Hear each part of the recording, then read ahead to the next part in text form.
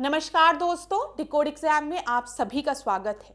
आज की क्लास में हम लोग डिस्कस करेंगे मॉक टेस्ट 36 जो कि आपकी यूपीपीसीएस प्रीलिम्स 2026 के लिए बहुत ही महत्वपूर्ण है। तो चलिए आज की क्लास को स्टार्ट करते हैं मेरे साथ ऐश्वर्या सिंह के साथ। क्लास में किसी भी तरीके का डाउट हो तो आप लोग मुझे कमेंट बॉक्स में बताएंगे। आज की क्लास का हम पहला प्रश्न देखेंगे। प्रश्न में क्या दिया गया है, निम्नलिखित में से कौन सही सुमेलित नहीं है, आपको बताना है।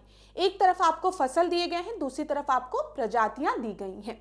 तो देखिए, धान, गोविंद जो है वो धान की प्रजाति है, बिल्कुल सही है। ठीक है, यहां पर पारस की अगर हम बात करें, ये अरहर की प्रजाति है, ये भी सही है। प्रकाश मटर की प्रजाति है, ये भी सही है। लेकिन जब हम सूक्ष्म सम्राट की बात करते हैं तो ये गेहूं की प्रजाति नहीं है, ये धान की प्रजाति है। इस वजह से इस प्रश्न का सही उत्तर जो है वो है बी। ठीक है, आगे बढ़ते हैं क्लास अगले प्रश्न पे। दूसरे प्रश्न को देखिए, यहां पर सूची 1 को सूची 2 के साथ सुमेलित करना है। एक तरफ आपको कोयला क्षेत्र दिए गए हैं, दूसरी तरफ आपको राज्य दिए गए हैं। तो देखिए, करनपुरा, सिंगरैनी, नवेली और कोरबा। तो बताइए, जब हम बात करते हैं करनपुरा की, तो करनपुरा कहां पर है? ध्यान दीजिएगा, झारखंड में है। ठीक है, फिर उसके बाद जब हम सिंगरैनी की बात करते हैं, सिंगरैनी तेलंगाना में है। मैंने आपको बताया था सिंगरैनी, याद रखिएगा कि ये तेलंगाना में है। ठीक है, और यहीं पर अगर सिंगरौली लिखा होता, सिंगरौली, तो ये कहां पर है? ये मध्य प्रदेश में है, ध्यान रखिएगा। ठीक है, तो सिंगरैनी तेलंगाना, करनपुरा झारखंड। नेवेली की बात करेंगे तो ये तमिलनाडु में है, कोरबा छत्तीसगढ़ में है। तो आपका सही उत्तर क्या हो जाएगा? ए का 3, बी का 4, ए का 3, बी का 4, फिर सी का 2 और डी का 1। तो सी आपका सही उत्तर है। कोल फील्ड से रिलेटेड प्रश्न परीक्षा में पूछे जाते हैं, बहुत ही महत्वपूर्ण है। मैं बार बार इस चीज को रिपीट करती हूं, याद कर लो। अगर अभी तक नहीं याद किया है कोयला क्षेत्र, तो आपके परीक्षा में पूछे जाता है यहां से प्रश्न, चाहे यूपी पीसीएस हो, पीसीएस की परीक्षा हो, बीईओ की परीक्षा हो, या फिर आरओ की परीक्षा हो। ठीक है, प्रश्न यहां से बनते हैं और महत्वपूर्ण है, ध्यान दीजिएगा। अब चलो, झारखंड में जो कोयला क्षेत्र है उनको एक बार आपको याद करा देती हूं। यहां पर ध्यान देना कि आपको याद रखना है जय राम जी। आप लोग बोलते जय राम जी की, लेकिन का, जय राम जी का याद रखना। ठीक है, फिर बोलो, जय राम जी का बोलो। तो यहां पर ध्यान देना, जय से जयंती, जयंती बोला जाता ना, जयंती जयंती, जय मतलब जयंती, याद रखना है आपको। फिर राम से आपको रामगढ़ याद रहेगा। क्या याद रहेगा? रामगढ़ याद रहेगा। ठीक है, जी आई, जी से आपको गिरिडीह याद रखना है। क्या याद रखना है? गिरिडीह। ठीक है, और राम जी का मैंने बोला तो क से करनपुरा, करनपुरा। और बोलो से आपको याद रखना बोकारो, जय राम जी का बोलो या बोकारो, तो आपको याद रहेगा। ठीक है, अब देखो यहां पर हम जब बात कर रहे हैं झारखंड की, तो झरिया, धनबाद सबको याद रहता है, बोकारो भी याद रहेगा, आज से जयंती याद रहेगा, गिरिडीह याद रहेगा, रामगढ़ याद रहेगा, करनपुरा याद रहेगा, डाल्टनगंज भी याद रख लेना। ठीक है, डाल्टनगंज कुछ करके। तो यहां पे जय राम जी का बोलो अगर याद कर लिए तो पेपर में कभी भी नहीं भूलेगा कि कौन कौन से कोलफील्ड कहां पर है, झारखंड में उपस्थित है। ठीक है, लोकेटेड है बोलना चाहिए।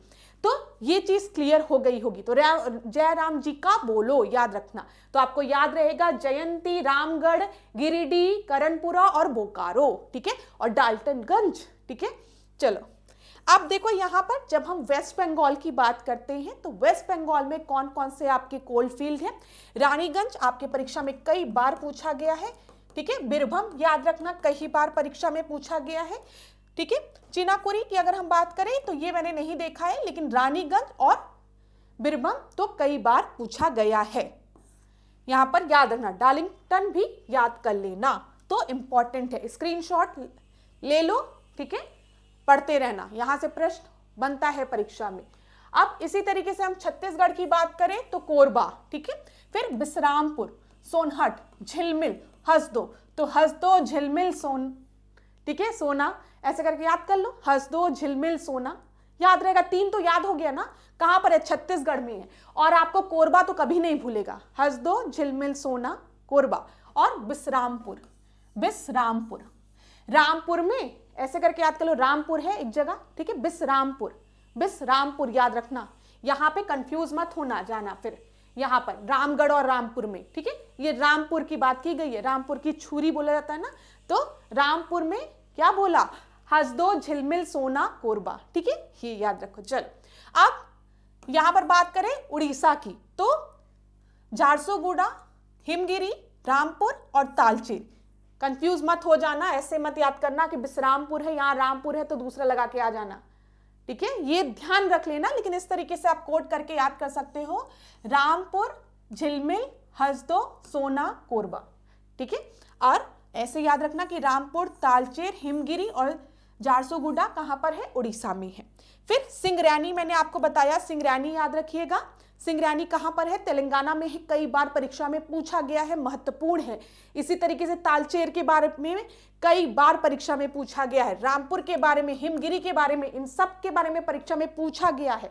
अगर पास्ट ईयर्स के पेपर्स उठाओगे तो पता चलेगा ये कोलफील्ड कितनी महत्वपूर्ण है परीक्षा के लिए, तो याद जरूर कर लेना इन सबको, ठीक है। आगे देखते हैं, नेवेली, तमिलनाडु, याद रखिएगा, पूछा गया है परीक्षा में। यहां से कामटी के बारे में हम बोलेंगे तो ये नागपुर, महाराष्ट्र में है, ठीक है। यहां पर वर्धा आपके परीक्षा में पूछा गया, वरोरा पूछा गया है, ये दोनों परीक्षा में पूछा गया है, कामटी, वर्धा और वरोरा, ये सब कहां पर है, कोलफील्ड, महाराष्ट्र में है। आगे बढ़ते हैं, सिंगरौली, सुहागपुर, जोहलिया, उमरिया और सतपुरा, ये सब कहां पर है, बताइए, मध्य प्रदेश में है, ठीक है। तो रौली याद रखो, सिंगरौली, ठीक है, सुहाग, जूही, उमरिया, ठीक है। कुछ इस तरीके से इमेजिन कर लो, ये प्यारी सी जूही है जो कि अपने सुहाग के लिए, उसकी लंबी उम्र के लिए क्या रख रही है, व्रत रख रही है, रोली लगा रही है, सुहाग, जूही, उमरिया, ठीक है, ये याद रहेगा, इमेजिन कर लो, सब याद रहता है। तो यहां पर देखो, सिंगरौली, सुहागपुर, जोहिलिया, उमरिया, सतपुरा, ठीक है। आगे बढ़ते हैं, असम से रिलेटेड जो परीक्षा में प्रश्न बनता है वो मैं आपको बता दूं, जयपुर पूछा जाता है आपको कंफ्यूज करने के लिए कि जो जयपुर कोलफील्ड है वो असम में लोकेटेड है, सही है बिल्कुल। अगर दे देगा जयपुर कोलफील्ड राजस्थान में लोकेटेड है तो सही करके मत आ जाना, जयपुर कोलफील्ड कहां पर लोकेटेड है, असम में लोकेटेड है, नोट कर लो, ठीक है। जांजी कहां पर है, असम में है, नजीरा कहां पर है, असम में है, मकूम पूछा गया है, लिडो पूछा गया है, ये तो पूछा गया है, ये मकूम और जांजी और जयपुर ये परीक्षा में पूछा गया है। गारो खासी के बारे में मैंने आपको बताया है, ये सब मेघालय में है, ठीक है। मालोंग याद रखना, लैंग्रिन कोलफील्ड ये आपकी परीक्षा में पूछा गया है, जो लैंग्रिन कोलफील्ड है खासी जयंतिया वाले रीजन में, वो कहां पर लोकेटेड है, वो मेघालय में लोकेटेड है। स्क्रीनशॉट लेना है तो आप स्क्रीनशॉट भी ले सकते हैं, बहुत महत्वपूर्ण चीजें हैं ये सब आपके परीक्षा के लिए। चलो आप इस प्रश्न को देखते हैं, एल्बिडो से रिलेटेड प्रश्न है, ये भी परीक्षा में पूछा गया प्रश्न है, ध्यान दीजिएगा। निम्नलिखित में से कौन सा एल्बिडो से संबंधित है, यहां पर तो डायरेक्ट आपसे पूछा गया है कि एल्बिडो मतलब क्या होता है। आपके परीक्षा में पूछा गया था कि एल्बिडो किसका एल्बिडो ज्यादा है, इस तरीके का प्रश्न पूछा गया था, आइस का या फिर ग्रासलैंड का, ग्लेशियर का, कुछ इस तरीके से प्रश्न था वो। अगर आपने पास्ट ईयर्स के क्वेश्चंस देखे होंगे तो मिला होगा एल्बिडो से रिलेटेड प्रश्न। तो चलो सबसे पहले हम समझ लेते हैं इस प्रश्न को। पूछा गया है निम्नलिखित में से कौन सा एल्बिडो से संबंधित है, संचार शक्ति, अवशोषित शक्ति, उत्सर्जन शक्ति या फिर वापसी की शक्ति। तो याद रखिएगा एल्बिडो की जब हम बात करते हैं, albedo is related to reflective power, ठीक है, डी आपका सही उत्तर है। अब ये देखो, यहां पर आपका एक डार्क सरफेस है, ठीक है, डार्क सरफेस है, और ये आपका हम कहें बहुत लाइट सरफेस है, या फिर हम कह दें ये आइस है, ऐसे समझो, ये आइस है या ग्लॉसी सरफेस है, ठीक है, इस तरीके से समझो।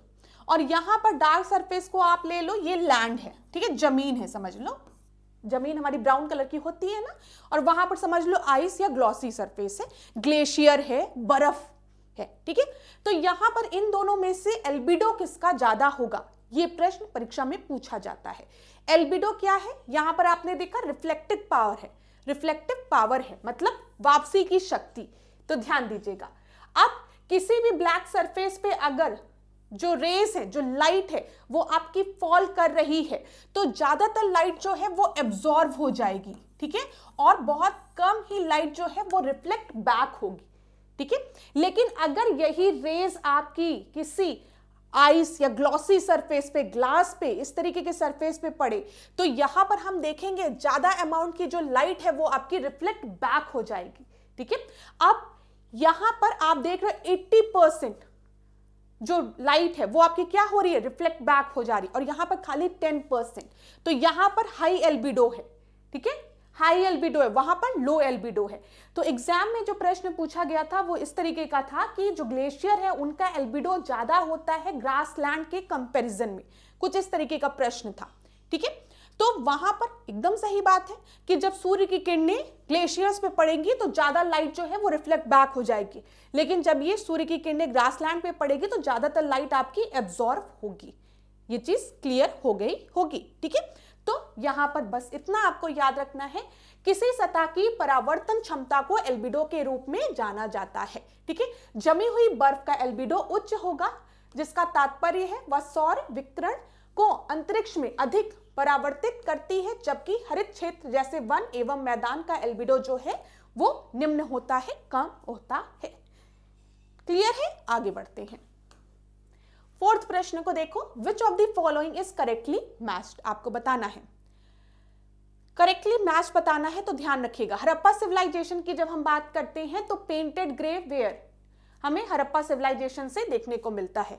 कुषाण में गांधार आर्ट स्टाइल, मुगल में अजंता पेंटिंग, मराठा में पहाड़ी पेंटिंग। आसान प्रश्न है। जब हम कुषाण काल की बात करते हैं तो हम गांधार शैली की, गांधार कला की और मथुरा कला की बात उस समय करते हैं ना, तो यहां पर आपका सही उत्तर क्या हो जाएगा, बी आपका सही उत्तर हो जाएगा। अब ध्यान दीजिए क्लास, जब हम बात करते हैं गांधार कला की और मथुरा कला की, तो ये जो टॉपिक है ये प्रीलिम्स के लिए तो महत्वपूर्ण है, लेकिन मेंस के लिए और महत्वपूर्ण है, आप कह सकते हैं। अब मैं जो आपको बताने जा रही हूं उसको ध्यान से सुनिएगा। जब हम गांधार कला की बात करते हैं तो इसका जो स्थान है, अगर आज के उसमें देखा जाए तो अफगानिस्तान और पाकिस्तान के उत्तर पश्चिमी सीमांत क्षेत्र, जैसे हम बात करें स्वात और पेशावर जो आपकी घाटियां हैं वहां पर। फिर इसका प्रभाव की अगर हम बात करें तो ये ग्रीक गॉड से प्रेरित है। आपने वो देखा होगा जब आप ग्रीक गॉड को देखते हैं, ठीक है, तो वहां पर उनकी जो प्लेट्स होती हैं कपड़े की, वो बहुत देखो कितनी परफेक्ट प्लेट्स बनी है। ये देखो प्लेट्स दिख रहे हैं आपको, फॉल कितना अच्छा आया है। इनके जो हेयर्स हैं वो कर्ली हेयर्स हैं, आंखें इस तरीके से बंद हैं, मुद्रा एकदम प्रसन्न है, ठीक है, कुछ नोटिस कर पा रहे हो यहाँ पर। तो यहाँ पर हमेशा याद रखिएगा इन पर प्रभाव है ग्रीको रोमन का प्रभाव है, ठीक है, जिससे यथार्थवादी चित्रण और मांसपेशियों का विवरण दिखता है। सामग्री की बात करें तो यहां पर ग्रे स्टोन का प्रयोग किया जाता है। जब आप मथुरा शैली को पढ़ेंगे तो वहां पर रेड स्टोन का प्रयोग किया जाता है। वहां पर जब भगवान को पढ़ेंगे, बुद्ध को, मतलब वहां के जब आप देखेंगे चित्र, मतलब मूर्तियों को, तो आप देखेंगे बुद्ध को काफी मस्कुलर टाइप का बनाया गया है, ठीक है, उनको अभय मुद्रा में दिखाया गया, जैसे हमारे यहाँ के भगवान अभय मुद्रा में आपको मिलते हैं आशीर्वाद देते हुए, वैसे बुद्ध की प्रतिमाओं में उनको अभय मुद्रा में दिखाया गया है। जो उनकी बॉडी है काफी मस्कुलर है। यहाँ पर आप देखेंगे तो इन्होंने प्रॉपर ड्रेस पहना है, ड्रेस में प्लीट्स बने हुए हैं, ठीक है। विशेषताएं, बुद्ध की लंबी घुंघराले बाल वाली मूछें, ढीले और मुड़े हुए वस्त्र, यहाँ पे दिख रहा है आपको ढीले और मुड़े हुए वस्त्र, मूछें भी होती हैं जब हम बात करते हैं गांधार शैली की, और यूनानी देवता अपोलो जैसी शारीरिक बनावट बनाई गई है, ठीक है, गांधार शैली में। यहीं पर जब हम मथुरा शैली की बात करेंगे, यहाँ पर देखिए मथुरा शैली में भगवान आपको अभय मुद्रा में दिख रहे हैं, ठीक है, अभय मुद्रा में आपको दिख रहे हैं। तो यहाँ पर जो मुख्य रूप से जिस सामग्री का प्रयोग किया जाता था वो आपके लाल पत्थर है, ठीक है, लाल बलुआ पत्थर का प्रयोग किया जाता था। स्वदेशी भारतीय परंपरा, ठीक है। विशेषताएं देखें तो आध्यात्मिक अभिव्यक्ति पर जोर, शरीर के उभारों का स्पष्ट चित्रण, मांसल, मतलब देखो पूरा ऐसे पूरा मतलब मांस है, यहाँ पर मस्कुलर बॉडी दिखाया गया है, ठीक है, और भारतीय सौंदर्य शास्त्र इसमें दिखता है आपको, बुद्ध की ऐसे बैठे हुए अभय मुद्रा में मस्कुलर बॉडी में, ठीक है, चित्र आपको देखने को मिलते हैं रेड स्टोन में।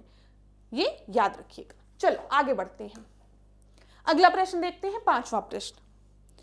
यहां पर 5वें प्रश्न को अगर आप देखेंगे तो उसमें क्या दिया गया है, अकबर के शासनकाल में पुनर्गठित केंद्रीय प्रशासन तंत्र के अंतर्गत सैनिक विभाग का प्रमुख कौन था। तो सैनिक विभाग का प्रमुख कौन था ये पूछा गया है आपसे। तो यहां पर देखिए दीवान, मीर बख्शी, मीर समन और बख्शी। तो यहां पर आपका सही उत्तर क्या होगा बताइए। तो यहां पर आपका जो सही उत्तर है वो है मीर बख्शी, बी आपका सही उत्तर है। जब हम मीर बख्शी की बात करते हैं, ध्यान दीजिएगा क्लास, जब हम मीर बख्शी की बात करते हैं तो सैनिक विभाग का जो प्रमुख होता था उसके लिए हम किस टर्म का यूज किया जाता था उस समय, मीर बख्शी का। ठीक है, दीवान मतलब वित्त एवं राजस्व विभाग का जो प्रमुख होता था उसे दीवान कहा जाता था। मीर बख्शी सैनिक का जो प्रमुख होता था उसे मीर बख्शी कहा जाता था। फिर मीर समन जो शाही गृहस्थी एवं भंडार का प्रभारी था उसे मीर समन कहा जाता था।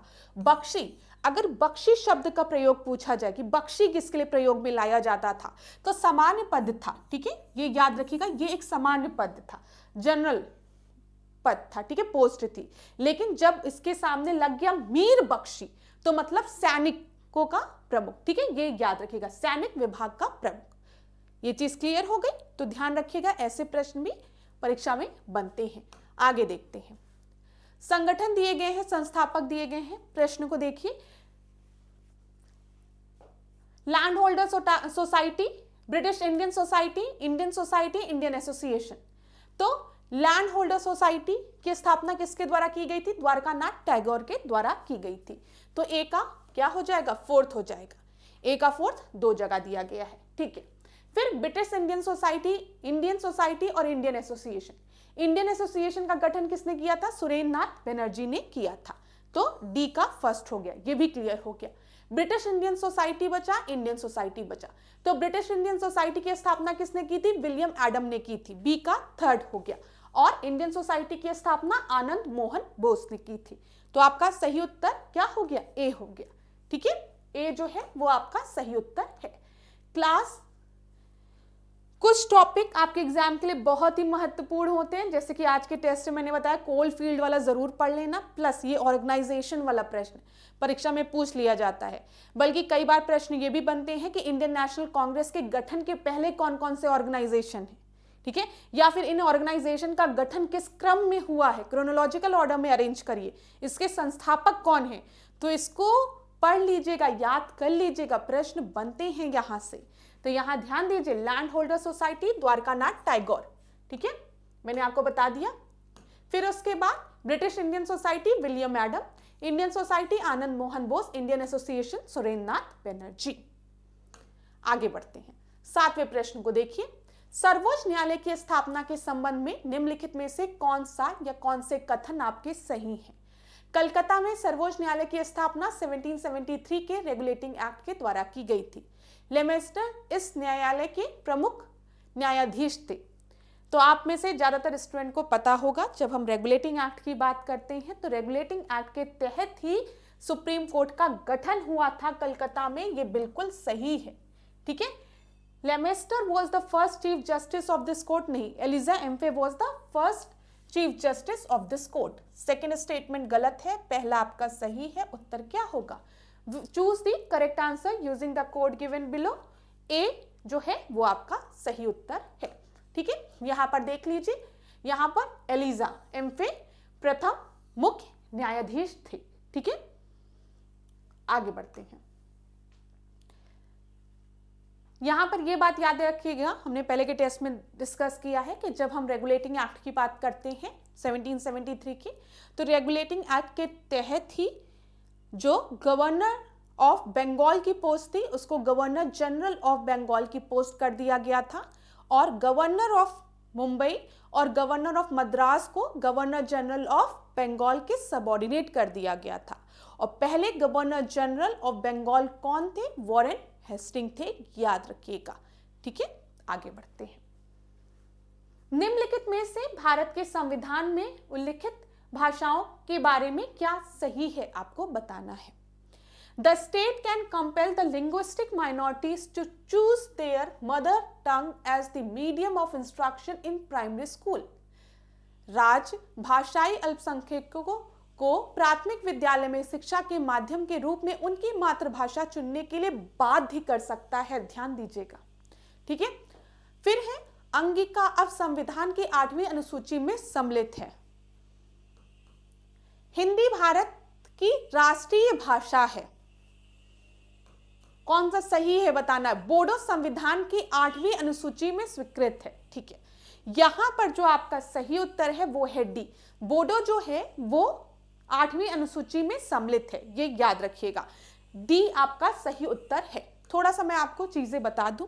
देखिए, अगर हम बात करते हैं 8वीं अनुसूची की, तो 8वीं अनुसूची में कितनी भाषाएं हैं? 22 भाषाएं हैं, याद रखिएगा। 22 लैंग्वेजेस हैं, ठीक है, प्रेजेंट में। अब 8वीं अनुसूची में 8th शेड्यूल में कई बार अमेंडमेंट हुए हैं। अमेंडमेंट संशोधन क्यों हुए हैं? नई नई भाषाओं को जोड़ने के लिए। जो सबसे पहला अमेंडमेंट हुआ था वो याद रखिएगा, वो 21st अमेंडमेंट था, ठीक है। और 21st अमेंडमेंट 1976 में हुआ था, जिसके तहत कौन सी लैंग्वेज को जोड़ा गया था 8वीं अनुसूची में? सिंधी को, ये याद रखिएगा। 21st कॉन्स्टिट्यूशनल अमेंडमेंट 1967 के तहत सिंधी भाषा को 8th शेड्यूल में शामिल किया गया था, ठीक है। 21st के बाद 71st कॉन्स्टिट्यूशनल अमेंडमेंट हुआ, ये याद रखिएगा। दूसरा कॉन्स्टिट्यूशनल अमेंडमेंट जो था वो 71st था। तो यहां पर 71st कॉन्स्टिट्यूशनल अमेंडमेंट 1992 में हुआ। इसके तहत कौन कौन सी लैंग्वेजेस को जोड़ा गया? कोंकणी, मणिपुरी और नेपाली, ये याद रखिएगा। कोंकणी, मणिपुरी और नेपाली, ठीक है। फिर उसके बाद 2003 में 92nd कॉन्स्टिट्यूशनल अमेंडमेंट हुआ, जो कि 2004 से आपका प्रभावी हुआ था। और इसके द्वारा बोडो, डोगरी, मैथिली और संथाली को 8वीं अनुसूची में शामिल किया गया था। ये महत्वपूर्ण है, याद रखिएगा। यहां पर 21st, 71st और 92nd कॉन्स्टिट्यूशनल अमेंडमेंट से रिलेटेड प्रश्न परीक्षा में पूछे जाते हैं। और पूछा जाता है इन संविधान संशोधन द्वारा कौन कौन सी लैंग्वेजेस को 8th शेड्यूल में जोड़ा गया था, ठीक है। एक चीज क्लियर हो गई, जो बोडो जो है वो 8th शेड्यूल में आपका सम्मिलित है, ठीक है। ये चीज क्लियर हो गई। मैंने आपको बता दिया था इस प्रश्न का सही उत्तर डी है। बोडो संविधान की 8वीं अनुसूची में स्वीकृत भाषा है। यहां पर ये जो है हिंदी भारत की राष्ट्रभाषा है, इसको ध्यान से सुनिएगा। जब हम आर्टिकल 343 की बात करते हैं, तो 343 के अनुसार क्या लिखा गया है हमारे संविधान में कि Hindi in the Devanagari script as the official language of the union. Union की बात की गई है, ध्यान दीजिएगा। हिंदी भारतीय संघ की राजभाषा है, ना कि राष्ट्रीय भाषा है। क्लियर रखिएगा इस चीज को। स्टूडेंट्स बहुत कंफ्यूज होते हैं एग्जाम में इस चीज को लेके। आर्टिकल 343 में क्या बोला गया है? Hindi in Devanagari script as the official language of the union, ठीक है। संघ की राजभाषा बोला गया हिंदी को, ना कि राष्ट्रीय भाषा बोला गया है।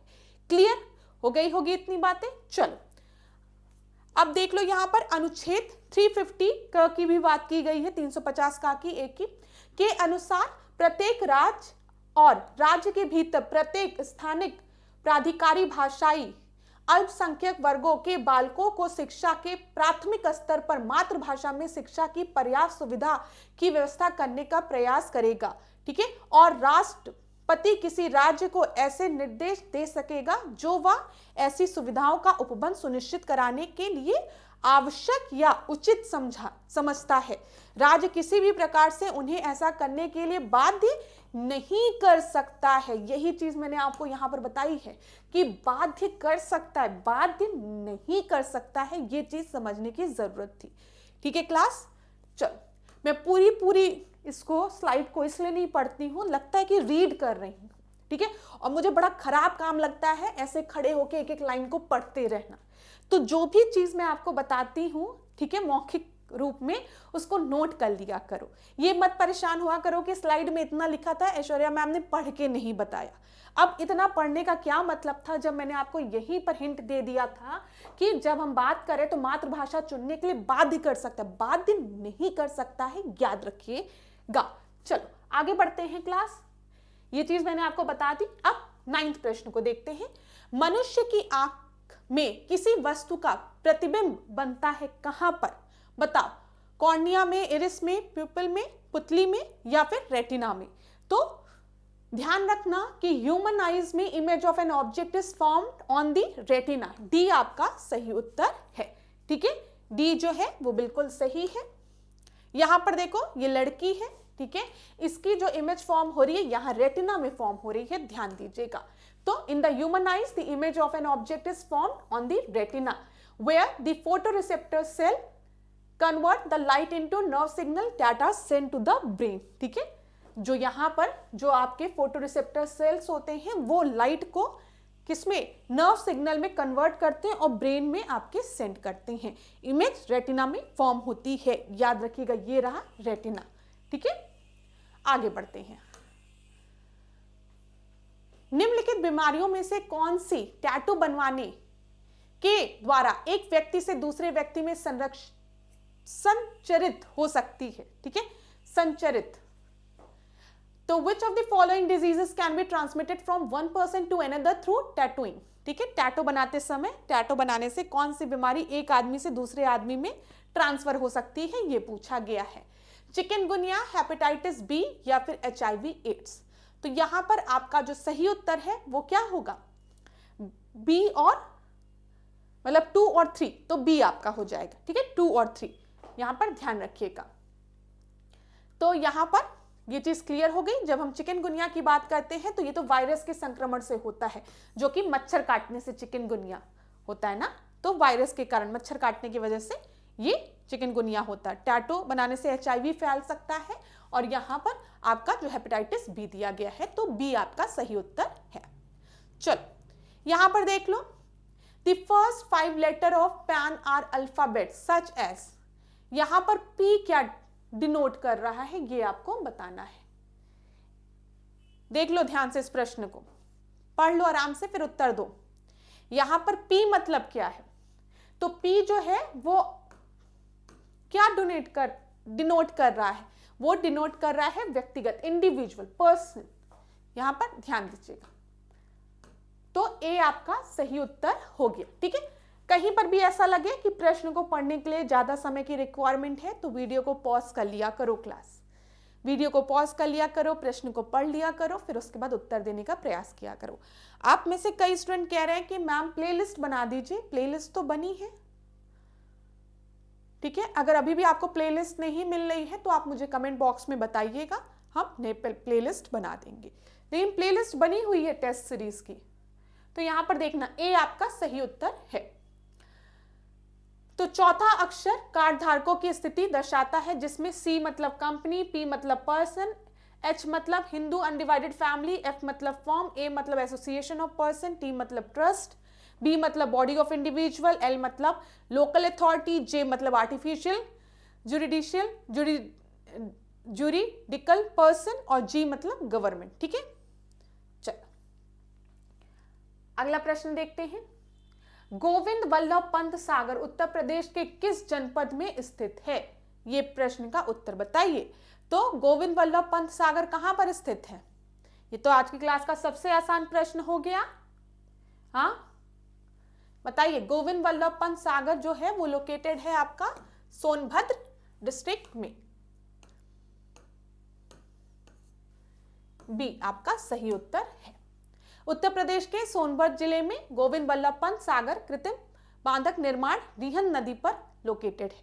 और सोनभद्र की जब हम बात करते हैं तो सोनभद्र से रिलेटेड चीजें मैंने आपको बता दी है कि उत्तर प्रदेश का एकमात्र ऐसा जिला है जो कि 4 राज्यों के साथ अपनी सीमा को साझा करता है। किन किन 4 राज्यों के साथ अपनी सीमा को साझा करता है? मध्य प्रदेश, छत्तीसगढ़, बिहार और बताइए, एक आपका मध्य प्रदेश हो गया, एक आपका छत्तीसगढ़ हो गया, झारखंड हो गया और बिहार हो गया। तो इन 4 राज्यों के साथ जो सोनभद्र है वो अपनी सीमा को साझा करता है। आगे बढ़ते हैं अगले प्रश्न पे। इस प्रश्न को देखिए, यहां पर क्या दिया गया है? कवक की बात की गई है। Fungi are thallophyte without chlorophyll and conductive tissues. The study of fungi is called mycology. Their cell wall are made up of cellulose. They are parasitic in nature. तो बताइए यहाँ पे कवक के बारे में पूछा गया है, बोला गया है कौन सा कथन आपका असत्य है। असत्य कथन के बारे में यहाँ पर आपको बताना है। तो आपका असत्य कथन कौन सा हो जाएगा? सी जो है वो आपका असत्य कथन है कि इनकी जो कोशिका भित्ति है वो सेलुलोज से बनी होती है, ये असत्य है। जब हम बात करते हैं कवक की तो इनकी जो कोशिका भित्ति है वो काइटिन की बनी हुई होती है, ठीक है, याद रखिएगा। आगे बढ़े, 14वें प्रश्न को हम देखते हैं। यहाँ पर बेतवा, महानदी, चंबल, तापी दिया गया है। बेतवा, हीराकुंड, माता टीला, काकरापारा या गांधी सागर। तो सही उत्तर क्या हो जाएगा? बेतवा, माता टीला, ठीक है। ए का सेकंड एक ही जगह दिया गया, सबसे आसान को मैंने मैच कर लिया। फिर महानदी की बात करेंगे तो हीराकुंड, महान लोग एकदम हीरे की तरह होते हैं, जो महान लोग होते हैं वो हीरे की तरह होते हैं, तो महानदी, हीराकुंड, ठीक है। चंबल की हम बात करेंगे काकरापारा या गांधी सागर, ठीक है, गांधी सागर हो जाएगा। और ताप्ती जो है वो काकरापारा गुजरात वाला हो गया, ठीक है। तो डी का थर्ड हो गया। यहां पर आपका सही क्या हो जाएगा? बी आपका सही हो जाएगा, ठीक है क्लास। ऐसे प्रश्न देखने को मिलते हैं। नदियां और बांध, किस नदी पर कौन सा बांध है? तो बेतवा नदी पर माता टीला बांध है, महानदी पर हीराकुंड, चंबल पर गांधी सागर, ताप्ती नदी पर काकरापारा, ठीक है। चलो आगे बढ़ते हैं। 15 प्रश्न को देखते हैं। इटली, सिसिली और सार्डिनिया एवं कोर्सिका से घिरे सागर का क्या नाम है? बताइए। इटली, सिसिली, सार्डिनिया, कोर्सिका से घिरे हुए सागर का क्या नाम है? एड्रियाटिक सी, एजियन सी, लिगुरियन सी या फिर टेरेनियन सी? तो बताइए यहां पर आपका सही उत्तर क्या हो जाएगा? यहां पर जो आपका सही उत्तर है वो है टेरेनियन सी, ठीक है। डी आपका सही उत्तर है, ठीक है, टाइरेनियन सी, टेरेनियन सी, डी। अब इसको मैप में देख लेते हैं हम एक बार। यहां पर देखो ये टाइरेनियन सी है, टेरेनियन सी है, दिख रहा है आपको। अगर इधर आप देखोगे तो इधर आपको सार्डिनिया दिखेगा। सार्डिनिया किसका पार्ट है? इटली का पार्ट है।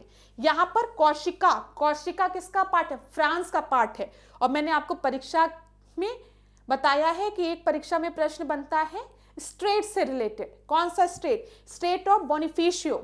स्ट्रेट ऑफ बोनिफिशियो जो है, जो बोनिफिशियो जलसंधि है वो कोर्सिका को सार्डिनिया से अलग कर रही है। कोर्सिका किसका पार्ट है? फ्रांस का पार्ट है। सार्डिनिया किसका पार्ट है? इटली का पार्ट है। इन दोनों को कौन सी स्ट्रेट अलग कर रही है? Strait of Bonifacio. याद रखिएगा क्लास, महत्वपूर्ण है।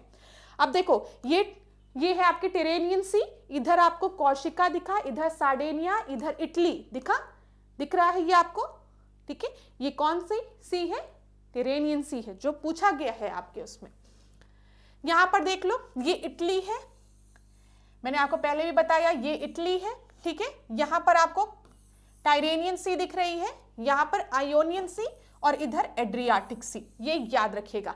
इटली के को आप देखेंगे इधर एड्रियाटिक सी है, इधर आयोनियन सी है और इधर टेरेनियन सी है, ठीक है। और यही आपका यहां पर अभी कोर्सिका दिया गया था, जो मैंने आपको बताया ये कोर्सिका है, जो कि किसका पार्ट है? फ्रांस का, ठीक है। और इधर आपका सिसिली है जो कि इटली का पार्ट है।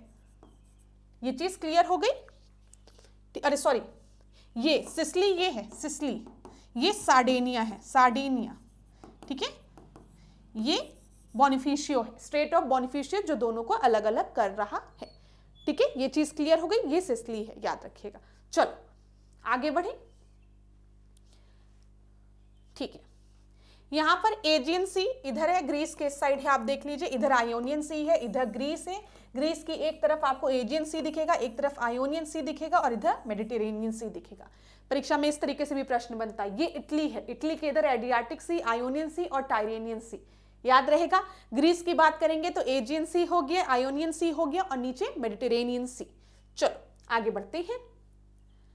ये देखो यही चीज, ये जल्दी से रिवाइज करो। ये इटली है, इधर मैंने आपको बताया एड्रियाटिक सी है, ठीक है, एड्रियाटिक सी है। इधर आयोनियन सी है, ठीक है, इधर टाइरेनियन सी है। ये यहां पर टाइरेनियन सी, ये क्या है? सिसिली है। ये सार्डिनिया जो कि इटली का पार्ट है, ये कॉर्सिका जो कि फ्रांस का पार्ट है, इधर बोनिफेशियो स्ट्रेट है, ये याद रखिएगा जो बात बता रही हूं मैं आपको। इधर ग्रीस है, ग्रीस के एक तरफ आपको आयोनियन सी दिख रही है, ठीक है, ये देखो यहां पर मैप में अभी मैंने आपको दिखाया ग्रीस है, ग्रीस के एक तरफ आयोनियन सी और दूसरी तरफ एजियन सी, ये याद रखिएगा। इतना याद रखो बस आज के लिए, फिर आगे बताऊंगी, इतना याद रखो बस, याद रहेगा। चलो आगे बढ़ते हैं। इस प्रश्न को देखो, who wrote the book Harshacharita, बताइए, बहुत आसान प्रश्न है, किसने हर्षचरित लिखा है? बाणभट्ट ने लिखा है ना, तो बी आपका सही उत्तर है। Who played a significant role in passing the Native Marriage Act in 1872? बताइए, निम्नलिखित में से किसने 1872 में नेटिव मैरिज एक्ट को पारित करने में महत्वपूर्ण भूमिका निभाई थी? तो किसके द्वारा महत्वपूर्ण भूमिका निभाई गई है नेटिव मैरिज एक्ट को पारित करने में? केशव चंद्र सेन द्वारा, ठीक है, सी आपका सही उत्तर है। बाद में जब केशव चंद्र सेन अपनी 13 साल की पुत्री का विवाह किसी राजकुमार से कर देते हैं, तो हम देखते हैं ब्रह्म समाज में ही फिर वो स्प्लिट होता है, ब्रह्म समाज, ठीक है, उसको मैं आपको पढ़ा दूंगी बाद में, उसकी चिंता मत करिएगा। लेकिन याद रखिएगा एज ऑफ कंसेंट एक्ट की बात जब करेंगे तो केशव चंद्र सेन का नाम। चलो, भारतीय संविधान सभा की प्रारूप समिति का अध्यक्ष कौन था? तो प्रारूप समिति के अध्यक्ष की बात की गई है। ड्राफ्टिंग कमिटी का अध्यक्ष कौन था? आप सभी को पता होगा कौन था? डॉक्टर भीमराव अंबेडकर जी थे। ए आपका सही उत्तर है।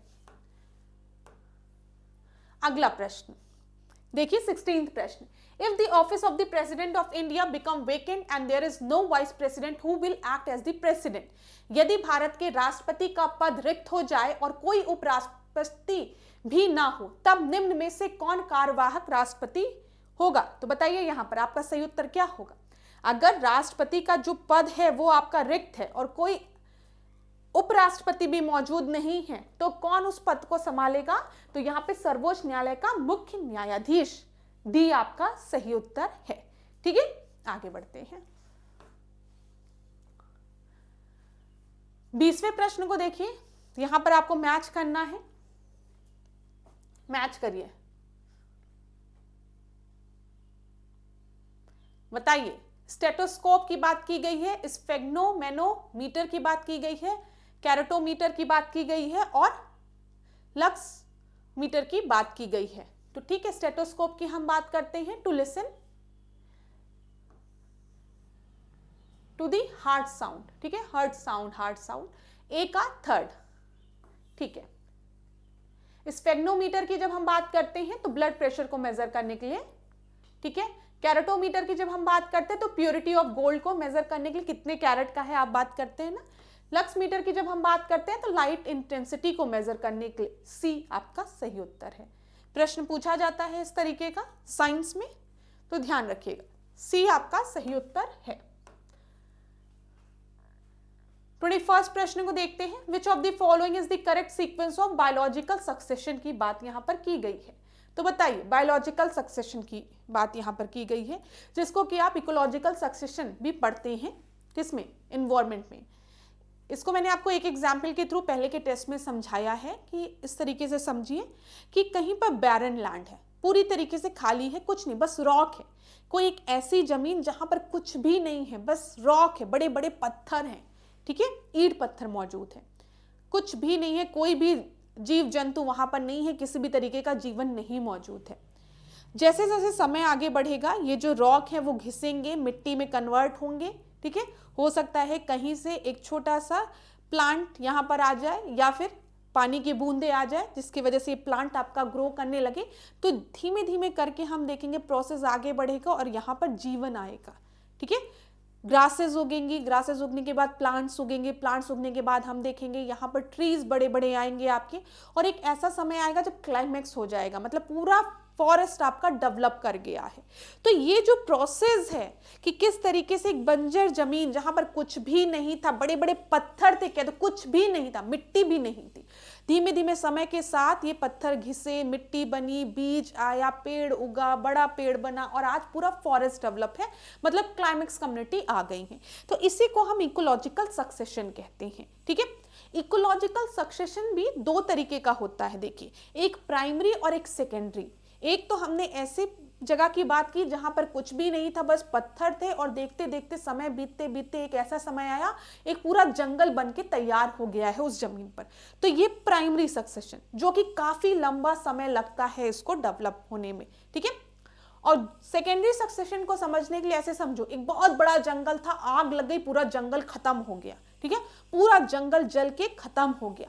लेकिन अब हम देखेंगे जब आग ठंडी होगी तो फिर कभी हो सकता है बारिश आ जाए, जिससे एक छोटी 1-2 सीड्स पड़ी हो वो अंकुरित हो जाए, फिर जर्मिनेट करे, बड़ा पेड़ बने, और धीमे धीमे फिर वहां पर क्या आ जाए, एक पूरा जंगल बन जाए।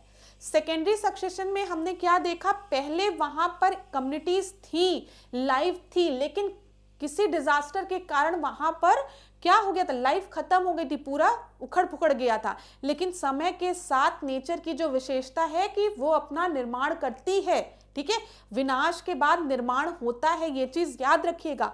तो सृष्टि का ये क्या है, लॉ है नेचर का, कि विनाश होगा, डिजास्टर होगा, लेकिन फिर आपका क्या होगा, डेवलपमेंट भी होगा। तो ध्यान रखिएगा। तो इसीलिए बोला गया है कि सेकेंडरी में क्या हुआ, आग लगी, सब तहस नहस हो गए, खत्म हो गया, लेकिन फिर समय के साथ फिर डेवलपमेंट हुआ और आज क्लाइमेक्स कम्युनिटी आ गई। तो यहां पर ध्यान दीजिएगा, जब हम बात करेंगे बायोलॉजिकल सक्सेशन का, तो सबसे पहला जो होता है ना वो न्यूडेशन होता है। जब हम प्राइमरी सक्सेशन की बात करें, नग्नीकरण, कुछ भी नहीं था, फिर माइग्रेट हुए स्पीशीज, ठीक है, माइग्रेशन हुआ, जब वहां पर छोटे छोटे सीड्स उगने शुरू हो गए तो माइग्रेशन होना शुरू हो गया, फिर स्टेबलाइजेशन और सेटलमेंट हुआ, मतलब सेटल वहां पे रहने लगे, फिर रिएक्शन, और लास्ट में स्टेबलाइजेशन, जब क्लाइमेक्स कम्युनिटी आ जाती है, मतलब स्टेबलाइज इकोसिस्टम हो जाता है, ठीक है, ये ध्यान रखिएगा। तो सबसे पहले नग्नीकरण, न्यूडेशन, फिर माइग्रेशन, ठीक है, फिर स्थापना, फिर प्रतिक्रिया, फिर स्थिरीकरण। स्थिरीकरण में हम देखते हैं क्लाइमेक्स कम्युनिटी मिलती है, मतलब पूरा इकोसिस्टम जो है वो आपका डेवलप हो चुका है, ये याद रखिएगा। क्लियर है? चलो आगे बढ़ते हैं। अच्छा, यहां पर इकोलॉजिकल सक्सेशन जो टर्म है वो किसके द्वारा दिया गया, ओडम द्वारा, ये भी याद रखिएगा। आगे बढ़ते हैं। Saving energy and other resources for the future without sacrificing the comfort of the current population is the definition of which concept? वर्तमान में जनसंख्या के सुखों का परित्याग किए बिना भविष्य के लिए ऊर्जा तथा अन्य संसाधनों की बचत, निम्न में से कौन सी अवधारणा की परिभाषा है?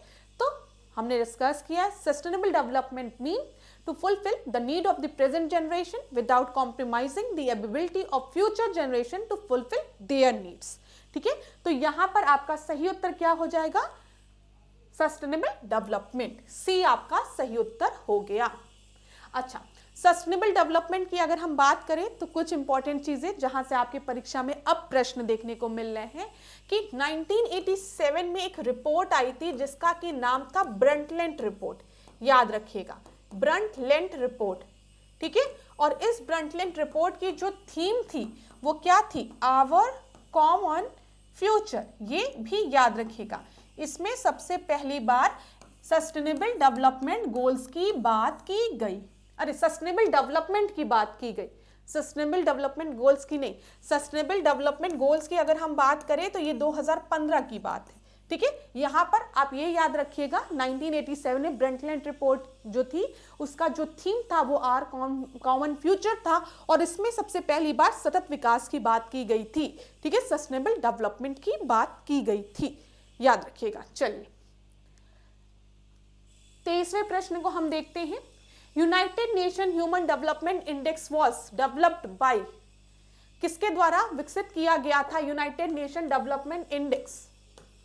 United nation human development index was developed by महबूब उल हक, पाकिस्तान के थे ये, ठीक है, ये याद रखिएगा, ए आपका सही उत्तर है, ठीक है।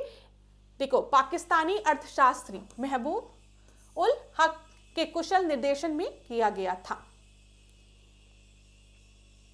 अच्छा, ह्यूमन डेवलपमेंट इंडेक्स की अगर हम बात करें तो इसके जो 3 आपके मेन डायमेंशन होते हैं वो क्या है, लॉन्ग एंड हेल्दी लाइफ, ठीक है, knowledge and decent standard of living. Long and healthy life की जब हम बात करते हैं तो लाइफ एक्सपेक्टेंसी की बात होती है, ठीक है।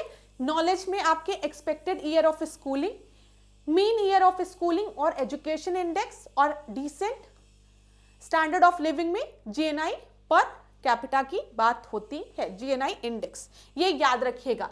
एसडीआई की जब बात हो रही है long and healthy life, knowledge और डिसेंट स्टैंडर्ड ऑफ लिविंग पर फोकस किया जाता है। आगे बढ़ते हैं,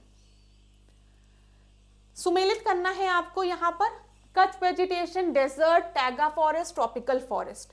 अब बताओ कच्छ की जब हम बात करते हैं तो कच्छ तो आप सभी को पता है कहां पर है, बताइए, ध्यान दीजिए क्लास, मरुस्थलीय वन की बात की गई है यहां पर, राजस्थान, हिमाचल प्रदेश, अंडमान निकोबार, केरला की बात यहां पर की गई है। तो यहां पर ध्यान दीजिएगा जब हम डेजर्ट वेजिटेशन की बात करते हैं तो राजस्थान, बी का फर्स्ट, ठीक है। कच्छ की बात करेंगे, कच्छ वेजिटेशन, तो अंडमान निकोबार में भी कच्छ वेजिटेशन देखने को मिलता है। टैगा की बात हम करेंगे तो हिमाचल प्रदेश में टैगा, ठीक है, कुछ इस तरीके कॉनिफोरस फॉरेस्ट बोलते हैं ना, ट्रॉपिकल केरला, तो ए आपका सही उत्तर है।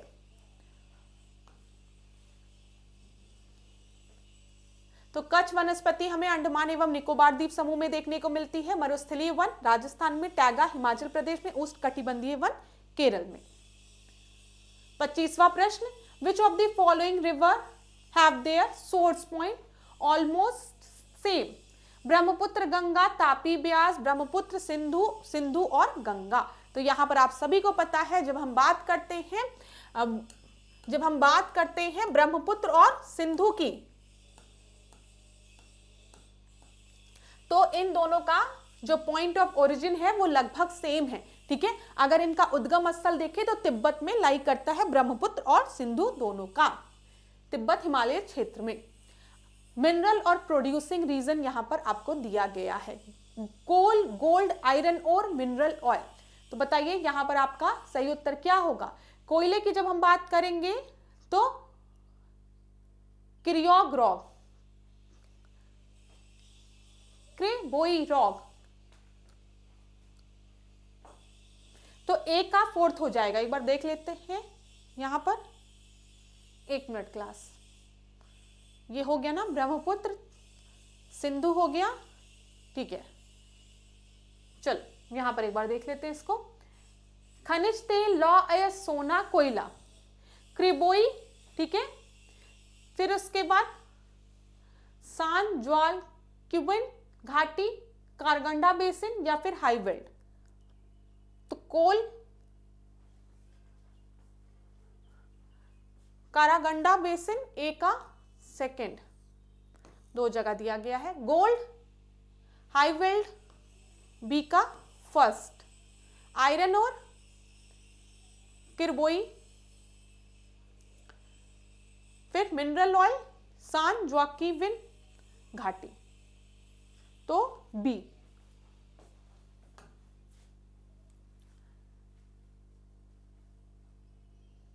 चलिए आगे बढ़ते हैं। Which of the following continent has no landlocked country, no landlocked country, बताइए यहां पर यूरोप, एशिया, अफ्रीका या फिर नॉर्थ अमेरिका। तो नॉर्थ अमेरिका इसका सही उत्तर है, ठीक है। कनाडा की बात करें, मैक्सिको की बात करें, बताइए लैंडलॉक्ड है, कोई लैंडलॉक्ड नहीं है, ठीक है। चाहे यूएसए की बात करो, कनाडा की बात करो या फिर मैक्सिको की बात करो, अमेरिका, कनाडा, मैक्सिको की सीमाएं समुद्र तटों से मिलती है। तो नॉर्थ अमेरिका एक ऐसा कॉन्टिनेंट है जिसमें कोई भी लैंडलॉक्ड कंट्री नहीं है। आगे बढ़े, ये देख लो, ये यूनाइटेड स्टेट ऑफ अमेरिका हो गया, ये कनाडा हो गया, ये मैक्सिको हो गया, ठीक है। यहां पर कोई भी लैंडलॉक्ड कंट्री नहीं है। अच्छा, जब हम यूएसए की बात करते हैं, यहां पर जब हम नॉर्थ अमेरिका की बात करते हैं तो आपको याद रखना है इन 5 लेक्स के बारे में, ग्रेट लेक्स के बारे में, और आपको होम्स से ये याद रह सकते हैं, ठीक है। एच से क्या है, यूरोन है, ओ से क्या है, ओंटेरियो है, ठीक है, यहां पर ओंटेरियो है। एम से क्या है, मिशिगन है, ठीक है। ई से क्या है, इरी है। एस से क्या है, सुपीरियर है। ये याद रखिएगा, ठीक है। जब ग्रेट लेक्स की बात होगी तो आप होम से याद रखिएगा, आपको याद रहेगा यूरोन, ओंटेरियो, मिशिगन, इरी और सुपीरियर, ठीक है। जिसमें से जो ये मिशिगन है, ये एंटायरली आपके यूएसए में लाई करती है, ये भी याद रखिएगा। चलो आगे बढ़ते हैं। निम्नलिखित में से कौन सा युग्म सही सुमेलित नहीं है बोला गया है। कौन सा सही सुमेलित नहीं है? Indian vegetable research institute Banaras में है, सेंट्रल सब tropical horticulture research institute Srinagar में है, Indian sugarcane research institute Lucknow में है, Indian pearls research institute Kanpur में है। तो यहां पर ध्यान दीजिएगा, Indian pearls research institute Kanpur में है, सही है। Indian sugar research institute Lucknow में है, सही है। Indian vegetable research institute Banaras में है, सही है। लेकिन ये जो दिया गया है सेंट्रल सब tropical horticulture research institute Srinagar, ये आपका गलत है। तो इस प्रश्न का सही उत्तर बी हो जाएगा। सेंट्रल इंस्टीट्यूट ऑफ सब ट्रॉपिकल हॉर्टिकल्चर जो है वो कहां पर स्थित है? लखनऊ में स्थित है, याद रखिएगा। आगे बढ़ते हैं। 29 प्रश्न को देखिए। यहां पर 4 important events in the life of Buddha and their associated location are mention below, आपको मैच करना है। देखिए, जब हम बात करते हैं बुद्ध जी का निधन कहां पर हुआ था, निर्वाण की प्राप्ति कहां हुई थी? तो कुशीनारा, जो कुशीनगर में है, गोरखपुर के पास। ठीक है, तो निर्वाण की प्राप्ति इन्हें कुशीनगर में हुई थी। तो यहां पर फोर्थ हो जाएगा, 2 जगह दिया गया है। बर्थ की अगर हम बात करें, इनका जन्म कहां हुआ था? इनका जन्म लुम्बिनी में हुआ था, तो बी का 3rd हो जाएगा। ठीक है, इनलाइटमेंट कहां पर मिला था? बोध गया में। पहला प्रवचन इन्होंने कहां दिया था? सारनाथ में दिया था। उत्तर क्या सही हो गया? सी जो है वो आपका सही उत्तर है। 30वां प्रश्न, और देखिए, अच्छा आज की क्लास का भी आखिरी प्रश्न नहीं है। 30 प्रश्न को देख लेते हैं हम। यहां पर फिरोज शाह तुगलक, बलबन कल्लो, अलाउद्दीन खिलजी और जहांगीर। ठीक है, जहांगीर के समय सर थॉमस रो आया था, तो डी का तो 4th 2 जगह दिया गया है। ठीक है, बी का 2nd। बलबन की बात करेंगे, नौरोज उनके द्वारा सेलिब्रेट किया जाता था। सर थॉमस रो जहांगीर के समय में आया था। फिरोज शाह तुगलक ने क्या किया था? कंस्ट्रक्ट कराया था केनाल को, ए का 3rd हो जाएगा। ठीक है, अलाउद्दीन की बात करते हैं तो दीवाने रियासत, सी का 1st। उत्तर क्या हो जाएगा? बी आपका सही उत्तर हो जाएगा। क्लास कहीं पर भी ऐसा लगे कि वीडियो को पॉज करने की आवश्यकता है, मैम आंसर जल्दी दे रही हैं, तो वीडियो को पॉज कर लिया करिए। यहां पर देख लो, राजधानी में आर्थिक मामलों की देखभाल के लिए दीवाने रियासत की विभाग की स्थापना किसके द्वारा की गई थी? अलाउद्दीन खिलजी द्वारा की गई थी। ठीक है, नहरों का निर्माण किसने कराया था? फिरोज शाह तुगलक ने कराया था। नौरोज त्योहार कौन सेलिब्रेट होता था? किसके समय में? बलबन के समय में। ठीक है, और थॉमस रो किसके समय में आया था? जहांगीर के समय में। तो याद रखिएगा। इस प्रश्न को देखिए, यहां पर आपका सही उत्तर क्या हो जाएगा? अरबिंदो घोष, वंदे मातरम, गोपाल कृष्ण गोखले, सत्याग्रह, Annie Besant, new India, Mahatma Gandhi, young India. तो यहां पर आपका जो सही उत्तर है, यहां पर ध्यान रखिएगा, जब हम बात करते हैं गोपाल कृष्ण गोखले की, तो गोपाल कृष्ण गोखले को क्या बोला जाता है? Gopal Krishna Gokhale is regarded as a political guru of Mahatma Gandhi ना। गोपाल कृष्ण गोखले को बोलते हैं ना कि उनको राजनीतिक गुरु महात्मा गांधी का बोला जाता है। गोपाल कृष्ण गोखले ने महात्मा गांधी से कहा था कि 1 साल तक आप किसी भी पॉलिटिकल पार्टी को मत ज्वाइन करिए, भारत का भ्रमण करिए और पहचानिए, देखिए कौन मतलब आप किस पॉलिटिकल पार्टी को ज्वाइन करना चाहते हैं, या फिर आप पहले भारत को समझिए। अभी आप साउथ अफ्रीका से आए हैं तो थोड़ा सा भारत का भ्रमण करिए और भारत को समझिए। तो यहाँ पर पॉलिटिकल गुरु बोला जाता है महात्मा गांधी का गोपाल कृष्ण गोखले को। तो याद रखिएगा, इस प्रश्न का भी उत्तर गोपाल कृष्ण गोखले है। सत्याग्रह जो है, याद रखिएगा, वो गोपाल कृष्ण गोखले द्वारा नहीं लिखी गई है, बल्कि महात्मा गांधी द्वारा लिखित पुस्तक का नाम है दक्षिण अफ्रीका में सत्याग्रह। 32nd प्रश्न को देखते हैं। Which of the following right has been referred to as the soul of the Constitution by B.R. Ambedkar? बताइए, तो B.R. अम्बेडकर ने संविधान की आत्मा किसे कहा है? संवैधानिक उपचार के अधिकार को, आर्टिकल 32, ठीक है, राइट टू कॉन्स्टिट्यूशनल रेमेडीज को डॉक्टर भीमराव अम्बेडकर द्वारा संविधान की आत्मा कहा गया है। डी आपका सही उत्तर है। President rule can be imposed for maximum, कितने साल के लिए राष्ट्रपति शासन लगाया जा सकता है, मैक्सिमम की बात की गई, मतलब अप्रूवल के बाद, ठीक है, ये याद रखिएगा। तो 3 वर्षों तक मैक्सिमम लगाया जा सकता है।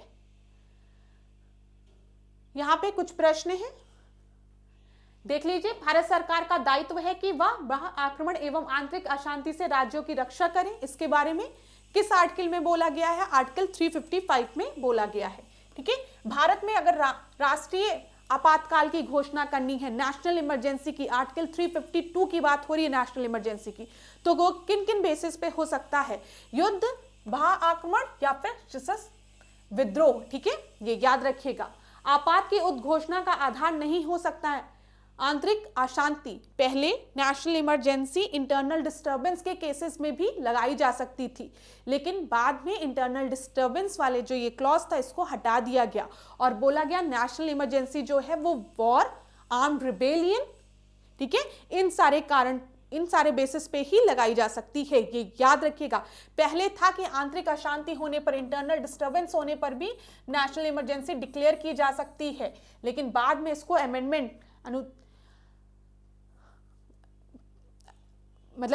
के तहत, ठीक है, इसको हटा दिया गया था, ये याद रखिएगा। भारत के राष्ट्रपति द्वारा राष्ट्रीय आपातकाल की घोषणा की जा सकती है अनुच्छेद 352 के तहत, नेशनल इमरजेंसी की बात यहां पर की गई है। चलिए, इन परिस्थितियों में राष्ट्रपति आपातकाल घोषित कर सकता है बाह्य आक्रमण, राज्यों में संवैधानिक तंत्र की विफलता और आर्थिक संकट के समय में।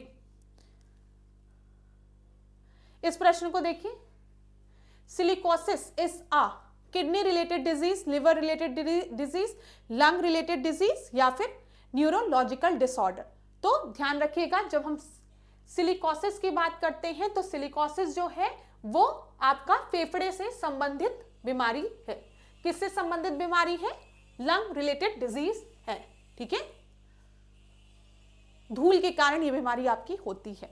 Inclusive growth require, inclusive growth की जब हम बात करते हैं तो यहां पर इंफ्रास्ट्रक्चर फैसिलिटीज के डेवलपमेंट पे फोकस किया जा रहा है, revival of agriculture, increase availability of social service like education and health. तो इंक्लूसिव मतलब क्या, हम सबको लेकर चल रहे हैं, तो agriculture sector, health, education, women, main, सब हर चीज इसमें इंक्लूडेड होगा। इंक्लूसिव डेवलपमेंट की बात हो रही है, ठीक है। तो यहां पर हम देखें एजुकेशन, हेल्थ सेक्टर भी होगा, एग्रीकल्चर सेक्टर भी होगा, इंफ्रास्ट्रक्चर सेक्टर भी होगा, तो ऑल ऑफ दी अबव आपका सही उत्तर होगा। तो क्लास आज के सेशन में हमने 35 क्वेश्चंस को डिस्कस किया है। आज की क्लास को एंड करने से पहले थोड़ी सी इंफॉर्मेशन मैं आपको देना चाहूंगी यूपीपीसीएस फाउंडेशन कोर्स 2026 के बारे में। इस फाउंडेशन कोर्स में एंटायर सिलेबस को कवर किया गया है, ठीक है, प्रीलिम्स और मेंस दोनों के सिलेबस को कवर किया गया है। मैं एक चीज क्लियर कर दूं, यहाँ पर प्रीलिम्स के जितने भी आपके पास्ट ईयर्स के क्वेश्चन है उनको भी सॉल्व कराया गया है, साथ ही साथ मेंस में आपको किस तरीके से अपने आंसर्स को लिखना है इसकी भी जानकारी दी गई है, ठीक है, किस तरीके से आपको आंसर्स लिखना है इसमें भी आपको मदद मिलेगी। इस कोर्स की जो वैलिडिटी है वो 18 मंथ की है, ठीक है। रेगुलर टॉपिक वाइज टेस्ट आपको मिलता है टेलीग्राम ग्रुप पे। प्रीलिम्स के लिए टेस्ट सीरीज है, प्रीलिम्स और मेंस आंसर राइटिंग के लिए, आप उसको ज्वाइन कर सकते हैं, और सेपरेट फुल कोर्स है सीसैट के लिए। तो अगर इस कोर्स से रिलेटेड कोई भी इंफॉर्मेशन चाहिए तो नीचे आपको कॉन्टैक्ट नंबर दिया गया है, इस पर आप कॉन्टैक्ट कर सकते हैं। आज की क्लास को अब हम यहीं पे एंड करेंगे, नेक्स्ट क्लास में आपसे मिलेंगे नए प्रश्नों के साथ। लास्ट में जाते जाते एक ही चीज कहूंगी कि धन्यवाद क्लास, और खुद पर भरोसा रखिए, पढ़िए, कहीं पर भी दिक्कत हो कमेंट बॉक्स में बताइए। आने वाले क्लासेस में हम और प्रश्नों को डिस्कस करेंगे, और आने वाले क्लासेस में हम टॉपिक भी आपको बता देंगे कि किन टॉपिक से हम क्वेश्चन डिस्कस करने वाले हैं। तो धन्यवाद। इसी तरीके से मेरे साथ ऐश्वर्या सिंह के साथ डिकोड एग्जाम के साथ बने रहिए, खूब पढ़िए, खूब आगे बढ़िए class. Thank you so much.